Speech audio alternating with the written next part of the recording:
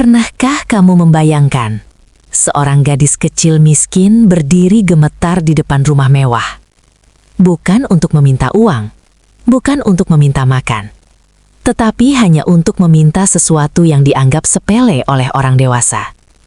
Satu permintaan kecil itu, tanpa disadari, justru mengubah hati seorang CEO yang selama ini dingin dan tak pernah peduli. Kisah ini bukan sekedar cerita sedih, tetapi tentang ketulusan, doa, dan kebaikan yang lahir dari hati paling sederhana.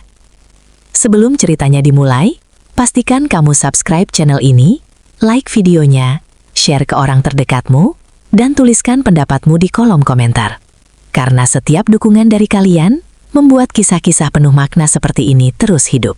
Pagi itu, udara masih dingin ketika Aira berdiri sendiri di depan gerbang besi yang tingginya hampir 2 kali tubuhnya.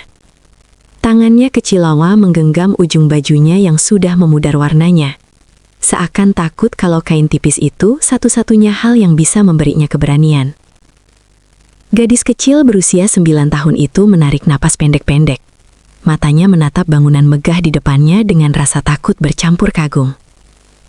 Ini, rumahnya besar sekali, gumamnya lirih. Lebih seperti bicara pada dirinya sendiri. Ia belum pernah melihat rumah semewah ini seumur hidupnya. Di kampung, rumahnya berdinding papan lapuk, atap bocor, dan lantai tanah yang selalu dingin saat hujan. Tapi di sini, semuanya tampak berkilau. Aira menelan ludah. Jantungnya berdetak cepat. Ia ingin lari. Ia ingin pulang. Tapi bayangan wajah ibunya yang menangis semalam membuat langkah kakinya tetap tertahan di tempat. "Aku harus kuat," bisiknya pelan. "Kalau aku pergi, adik-adikku tidak makan." Gerbang besi itu perlahan terbuka dengan bunyi berderit yang membuat Aira tersentak. Seorang pria berseragam satpam menatapnya dari atas ke bawah dengan raut haran. "Kamu cari siapa, Nak?" tanyanya. Aira menunduk, suaranya hampir tak terdengar. Aku Aira. Katanya aku harus datang ke sini." Satpam itu mengernyit, lalu melirik ke arah rumah besar itu. "Datang untuk apa?" tanyanya lagi. Aira menggigit bibirnya, berusaha menahan getar di suaranya. Aku dijual ibu, katanya untuk kerja." Kalimat itu meluncur begitu saja. Sederhana, tanpa air mata. Seolah itu adalah hal biasa. Padahal hatinya remuk. Satpam itu terdiam, tak tahu harus berkata apa. Aira menunggu dengan cemas, pikirannya dipenuhi ketakutan. Apakah aku akan diusir? Apakah aku akan dipukul? Apakah aku akan dimarahi? Dunia orang dewasa terasa begitu menakutkan bagi anak kecil sepertinya. Namun ia tetap berdiri di sana, karena pulang bukan lagi pilihan. Di dalam rumah, lantai marmer dingin menyentuh telapak kaki Aira yang hanya beralas sandal tipis. Ia berjalan pelan mengikuti satpam, matanya terus berkeliling, tak berani menatap terlalu lama. Lukisan-lukisan besar tergantung di dinding, lampu gantung berkilauan di langit-langit. Semuanya terasa seperti dunia lain. "Kamu duduk di sini dulu," kata satpam itu. Aira mengangguk cepat dan duduk dengan punggung lurus, tangan di atas paha, seperti anak kecil yang takut berbuat salah. Beberapa menit kemudian, terdengar langkah kaki berat. Seorang pria muncul, tinggi, rapi, wajahnya dingin tanpa senyum. Itulah Arman, CEO muda pemilik rumah ini. Tatapannya langsung tertuju pada Aira. "Ini anak siapa?" tanyanya datar. Aira refleks menunduk lebih dalam. Satpam menjawab pelan. "Katanya anak ini dijual untuk bekerja, Pak." Arman menghela napas pendek. "Anak sekecil ini," gumamnya, lebih kepada dirinya sendiri. Aira mendengar itu, dadanya terasa sesak. Ia merasa kecil, tak berguna, tak berharga. "Apa namamu?" tanya Arman tanpa basa-basi. "Aira, Tuan," jawabnya terbata. "Kamu tahu kenapa kamu di sini?" Aira mengangguk pelan. "Supaya aku bisa kerja." "Kerja apa?" "Bersih-bersih, masak, apa saja," jawabnya cepat, seakan takut ditolak. Arman menatap wajah kecil itu lama. Wajah yang seharusnya masih bermain, bukan memikul tanggung jawab orang dewasa. Siapa yang menyuruhmu? Ibu, jawab Aira lirih. Kenapa ibumu melakukan itu? Aira terdiam. Air matanya mulai menggenang, tapi ia menahannya kuat-kuat. Karena ayah sudah tidak ada. Adik masih kecil. Kalau aku tidak ke sini, kami tidak makan. Suaranya pecah di kata terakhir. Ruangan kembali sunyi. Arman merasakan sesuatu menekan dadanya. Perasaan asing yang sudah lama tak ia rasakan. Arman memalingkan wajahnya sesaat, mencoba menyembunyikan kegelisahan. "Kamu tidak takut?" tanyanya pelan, jauh berbeda dari nada dinginnya sebelumnya. Aira mengangkat wajahnya sedikit. Matanya merah, tapi berusaha tersenyum. "Takut, Tuan. Tapi lebih takut kalau adik-adik kelaparan." Jawaban itu menghantam hati Arman tanpa ampun. Ia teringat masa kecilnya sendiri. Hidup berkecukupan, tapi tanpa pelukan, tanpa kata sayang. "Kalau kamu bekerja di sini," kata Arman akhirnya, "hidupmu tidak akan mudah." Aira mengangguk cepat. "Aku tidak apa-apa, asal boleh tinggal." Arman menatapnya lama, lalu berkata lirih, hampir tak terdengar, "Kamu masih anak-anak." Aira menunduk lagi. "Aku tahu, tapi aku harus kuat." Untuk pertama kalinya sejak bertahun-tahun, Arman merasa hatinya retak. Di hadapannya berdiri seorang gadis kecil yang terlalu cepat dewasa karena kemiskinan. Hari pertama Aira bekerja dimulai dengan rasa canggung yang tak bisa ia sembunyikan. Ia bangun sebelum matahari terbit, duduk di ujung kasur kecil di kamar belakang yang diberikan padanya. Kamar itu sederhana, tapi jauh lebih layak dibanding rumahnya. "Ini sudah seperti istana," gumamnya sambil memegang spray bersih itu dengan hati-hati. Saat ia keluar membawa sapu, Arman sudah duduk di meja makan dengan setumpuk dokumen. Ia melirik Aira sekilas. "Kamu tidak perlu terburu-buru," katanya singkat. Aira terkejut lalu mengangguk cepat. "Iya Tuan, maaf." Kata maaf itu keluar refleks, seolah kesalahan selalu melekat pada dirinya. Arman memperhatikannya diam-diam. Cara Aira berjalan pelan, takut membuat suara. Cara ia bekerja seolah ingin menghilang. Hatinya kembali terasa tidak nyaman. Perasaan yang tak ia mengerti. Siang itu, Aira membersihkan ruang kerja Arman. Ia menyapu perlahan agar tak mengganggu. Tiba-tiba terdengar suara. "Kamu tidak capek?" Aira tersentak. Tidak Tuan," jawabnya cepat. Arman menatap tangannya yang kecil.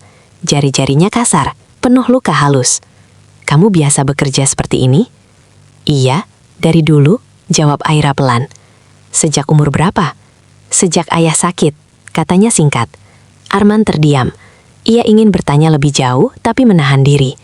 Aira kembali menyapu, lalu berhenti sejenak, menatap jendela besar di depannya. "Di luar, indah sekali," katanya lirih. Arman mengikuti arah pandangnya. Ia baru sadar, dunia yang selama ini biasa baginya adalah mimpi bagi orang lain. Sore hari, Arman melihat Aira duduk di sudut taman, memegang sesuatu di telapak tangannya. Ia mendekat perlahan. "Itu apa?" tanyanya. Aira tersenyum kecil, memperlihatkan gigi depannya yang mulai goyang. "Batang gigi susuku, Tuan." "Kamu simpan?" "Iya," kata ibu, "jangan dibuang." "Untuk apa?" Aira menunduk, lalu menjawab polos. Katanya, supaya doanya dikabulkan. Arman terdiam. Kalimat sesederhana itu terasa begitu tulus. "Kamu sering berdoa?" tanyanya lagi. "Iya, aku berdoa supaya ibu tidak sedih lagi," ucapnya. Arman merasakan tenggorokannya mengeras. Ia, yang punya segalanya, jarang sekali berdoa. Beberapa hari kemudian, saat hujan turun deras, Aira membersihkan ruang makan sambil bersenandung pelan. Arman yang lewat berhenti mendengarkan. "Kamu nyanyi apa?" "Lagu yang ibu nyanyikan kalau hujan," jawab Aira. "Supaya apa?" Supaya hati hangat, katanya sambil tersenyum. Arman tertegun. Ia menyadari betapa lama hatinya terasa dingin. Aira, panggilnya tiba-tiba. Iya, Tuan. Kalau kamu sedih, apa yang kamu lakukan? Aira berpikir sejenak. Aku diam, lalu berdoa. Kalau tidak kuat, aku menangis sebentar. Jawaban itu membuat Arman menunduk. Ia tak pernah belajar cara menghadapi sedih selain bekerja. Malam itu, Aira memberanikan diri mendekati Arman yang sedang duduk sendirian. Tangannya menggenggam erat gigi susunya yang baru copot.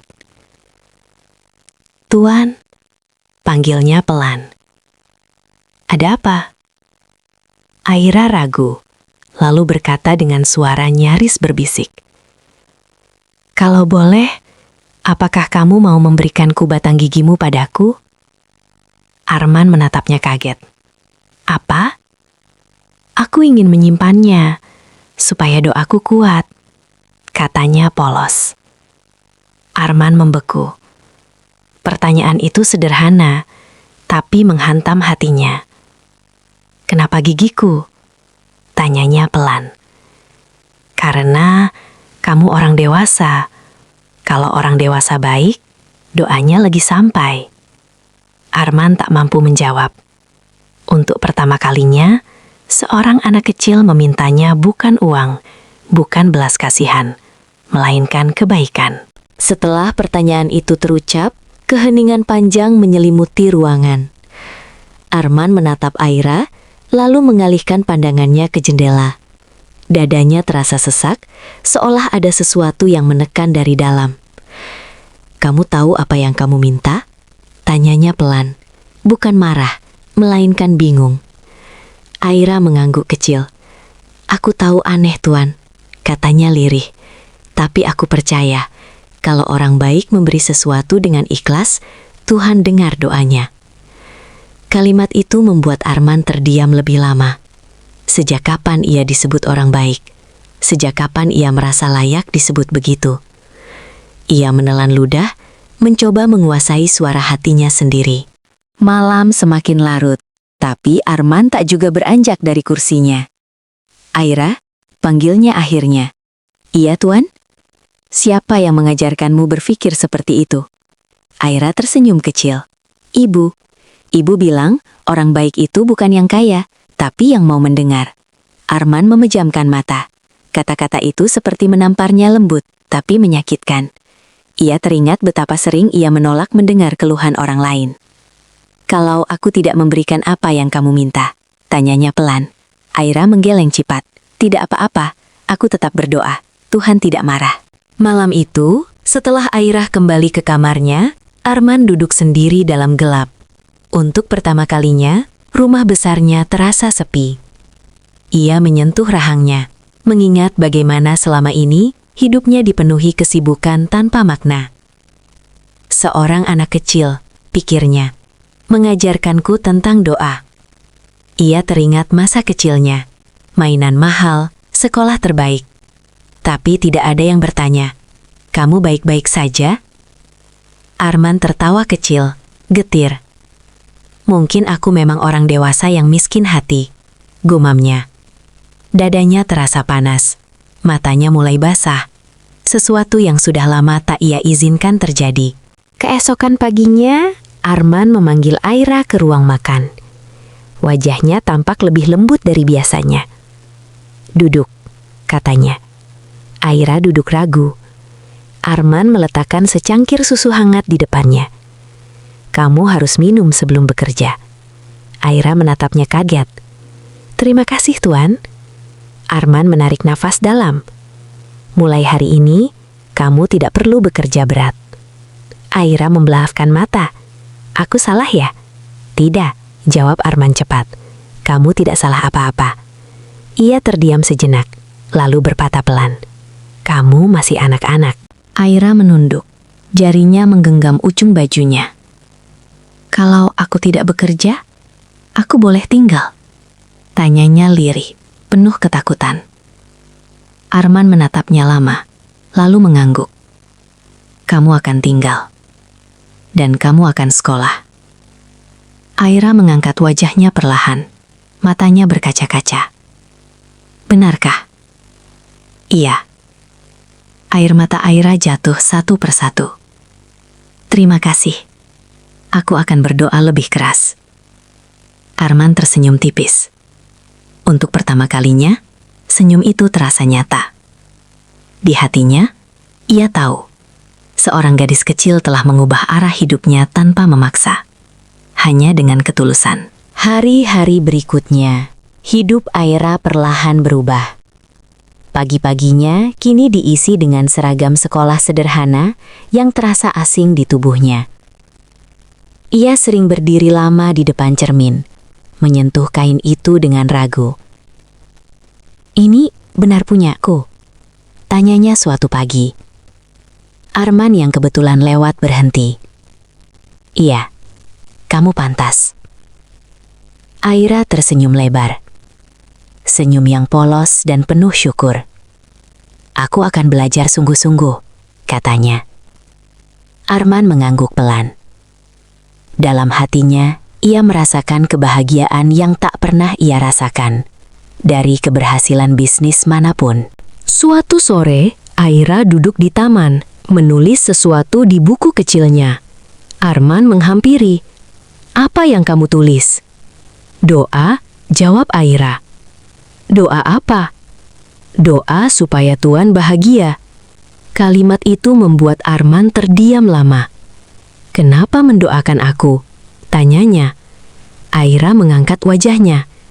"Karena orang yang mau mendengar pasti capek di dalam." Arman menunduk, matanya berkaca-kaca. Tak ada satupun orang dewasa yang pernah melihat lelahnya selama ini. Beberapa bulan kemudian, Arman mengantar Aira ke sekolah untuk pertama kalinya. Di gerbang sekolah, Aira berhenti dan menatapnya. "Tuan," katanya ragu, "kalau suatu hari aku sukses, aku mau jadi orang baik juga." Arman tersenyum. Itu sudah cukup. Saat Aira berlari masuk ke sekolah, Arman berdiri lama, merasakan dadanya penuh.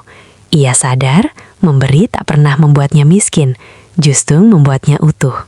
Malam itu, Arman duduk sendirian di ruang kerjanya, membuka laci meja. Di sana, tersimpan sebuah kotak kecil berisi gigi susu Aira yang dulu ia minta disimpan. Ia tersenyum getir. "Kamu benar," gumamnya. Doa itu menular. Ia menutup mata, berdoa untuk pertama kalinya dengan sungguh-sungguh. Bukan untuk kesuksesan, tapi untuk hati yang damai. Di luar, hujan turun perlahan, seolah membersihkan luka lama. Tahun-tahun berlalu, dan Aira tumbuh menjadi gadis cerdas dengan mata yang tetap penuh ketulusan. Arman sering berkata pada dirinya sendiri, hidupnya berubah bukan karena keputusan besar, tapi karena ia mau mendengar permintaan kecil seorang anak miskin. Kadang, Tuhan tidak datang lewat keajaiban yang besar, melainkan lewat suara kecil yang hampir tak terdengar, namun jujur dari hati. Dan sejak hari itu, Arman tahu, kebaikan sekecil apapun selalu menemukan jalannya kembali.